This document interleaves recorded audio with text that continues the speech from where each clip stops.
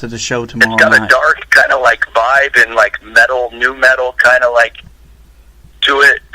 And he actually calls it like zombie rap, which is cool because he's real twisted lyrics and real heavy. I really wish I could make it out to and these screams where it sounds like Jonathan Davis, and it's just awesome.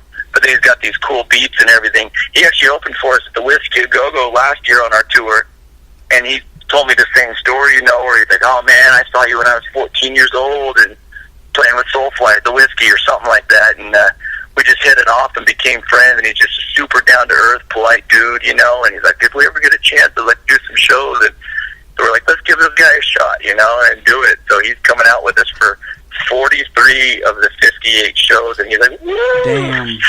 Okay, so because he's been on the road for 7 or 8 shows before, doing these things here and there. I'm like, you want to do it? Let's do it. 43 shows, here we go. So he's out, and people are loving it. It's cool.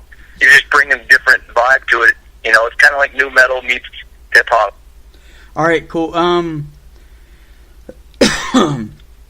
If there are 3 songs from 3 different bands that you would like for me to play tonight for this show, who are they and why?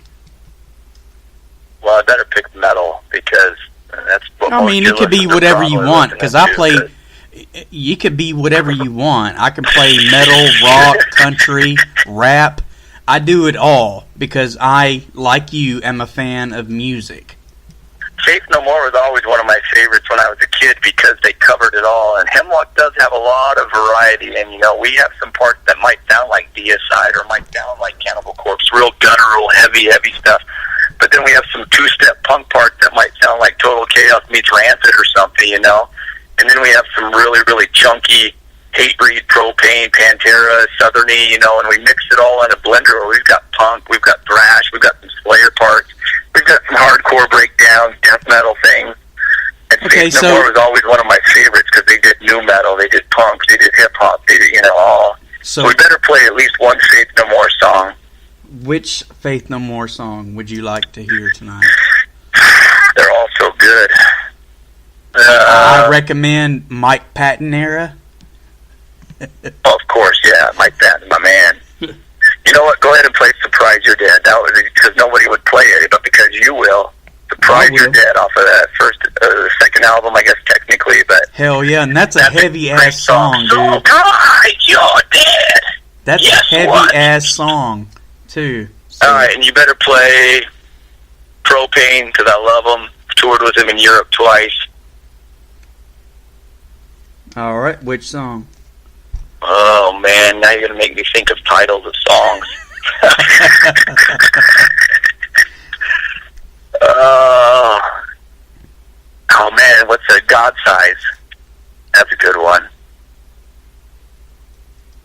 If you don't have that one on hand... no, I got... Trust me, I have... Yeah. So you want to do God Size? Yeah, that's a good one. I mean, all of them are good. I love Propane. I will be. Did you say 3 or 4? Oh, 3. Because I got to play. Well, now you're going to make me choose between Pantera and. Well, now I just forgot who the other one I was thinking of, so I guess it's Pantera. Shit. Okay. I don't remember who I was going to. I'm from Texas, man, so I have all Pantera too. That's one of my favorites. Which one? I want to pick Sepultura also. You're making me narrow it down. Oh, damn it. Pantera is Sepultura. I should pick Sade or Portishead or something just to make your listeners be like, what the fuck's wrong with this dude? Hey, you know what? I dig Portishead, so what do you... Portishead's one of my favorites, but... Alright, how about this? You're making me... Oh, Davidium from Machine Head is what I was going to say. That's an amazing song, but...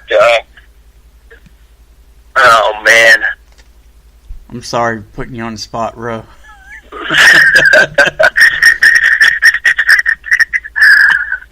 Oh, fuck it. Play a Chimera song.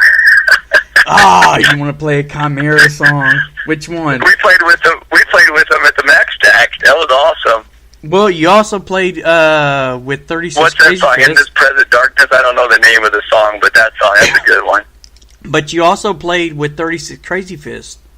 Yeah, that's true. So that was a good tour. We came through. Well, I don't remember if we played in. I think we just played in Dallas. We came through with Obituary shortly after that tour too.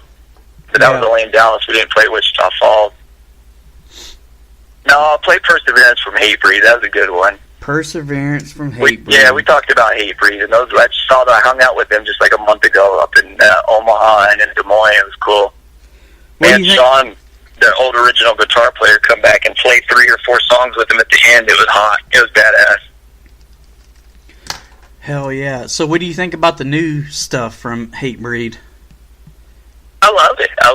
I mean, I still love Perseverance and the Satisfaction album the best, because those are the two that sold me on them, and that's when we did most of our touring with them. But Destroy Everything's an amazing song. I don't even remember which album it's on, but every time they play that, you just grin from ear to ear. But Perseverance is that era where I think we did like 2 weeks with Hatebreed and Poison the Well, and then we actually got to go out with Slayer and Hatebreed that next spring on that same album run of theirs. Slayer, Hatebreed, Arch Enemy, and with Hemlock opening every night, and you just feel like you win the lottery every morning. You wake up and you get to open for Slayer. I went to dinner with Kerry King last January. It was awesome. And it's just funny at the end of the night, because I know he knows who Hemlock is, and I didn't expect him to know us, you know. And he invited us, and we went to his house and hung out, and at the end of the night, he's like, "All right, Chad, all right, it was great hanging out with you, and I know you don't drink, so I'm going to drink your drinks," and he's just being cool about everything. He's all, "All right," and gave me a hug, and I was like 15-year-old inner metalhead, you know. I'm like, I guess I'm homies with Kerry King now. This is awesome. You know, he wouldn't even let us buy our own dinner, and I had some macaroni and cheese and a real cool, like, restaurant bar place in California, and his wife was always a sweetheart. Me and my wife were hanging out with them, and I was talking to Terry actually too at dinner. We were talking about, because this is not this last January, but the January before, I guess. These years fly by, but we were talking about the movie Logan that was going to be coming out, and we're talking about sports, and we're talking about touring and playing clubs. And I told him, I was like, "Yeah, Hemlock's going to be going on 25 years soon." I said, "We came out in the cassette era." He's like, "Chad, you know what? Slayer came out in the 8-track era," and we both just started laughing. I was like, "You're right, man. That's crazy." But it made me love Slayer even that much more, just because he's a down-to-earth dude, and him and his wife are awesome people, and I was sad that they announced their retirement tour, but, you know, all good things come to an end at some point, so I'm glad they're going out with a bang. Hell yeah. And one more, because I don't want to keep you so long. We could talk for a full year. We've got 25 years to cover. I'm telling you, man. I'm fucking telling you, bro. So I'm about to play Living in Fear and Scam Artist, and then I'll go into my normal type of show. But hey, I'll email you. I forgot to even bring it up. We got sidetracked talking and reminiscing on the good old days. But we went into the studio just recently and re-recorded 13 classic Hemlock songs, because some of those recordings from like 99, 2001, not only us, but studios and recording capabilities have advanced so much. So we actually re-recorded Nobody Knows What a Killer Looks Like, Kill Your Children. We re-recorded Summer of Youth Content. And it's 13 songs, but it's not like a greatest hits, because the greatest hits, a lot of the time they'll take the old recordings and re-release them with just a new cover. We actually went into the studio and re-tracked, re-recorded, remixed, remastered all of it. So we have a really, really rad recording of Nobody Knows What a Killer Looks Like, Obsession. I'll email you some of those songs, so that way you'll be one of the first ones in all of the world to play them. That's so cool, but that's kind of like what Suicidal Tendencies did with their, and I'm not trying to shit on how you guys are doing, but Suicidal Tendencies did that with Still Psycho. After all these years, they went from they re-recorded all their old from their first album. That's cool. I think Elton John is even doing something like that right now, unless he's having a bunch of special guests. But I remember Vision of Disorder did it once too, and it's just stuff advances so much. You know, recording studios and tones, and you can make your drums actually sound like drums, because when you're a kid, you know, you can only do what you can do. And so we went in and just revamped and rehyped it all up, because the songs stood the test of time, and we're like, they deserve a good representation of what we sound like live. So I'll email you some of the tracks so you can play it on your show. And it doesn't even come out till May 5th, so you'll be one of the first, maybe the second. I'm not sure who all has it, but you might be the first in the entire world. Who knows? Please do, because I play you guys a lot. And awesome, I appreciate it. A lot of people, because from the whole Max Stack thing, I have, every band that's on there. All that stuff back in the day. HEMLOCK. I play HEMLOCK, Jackknife.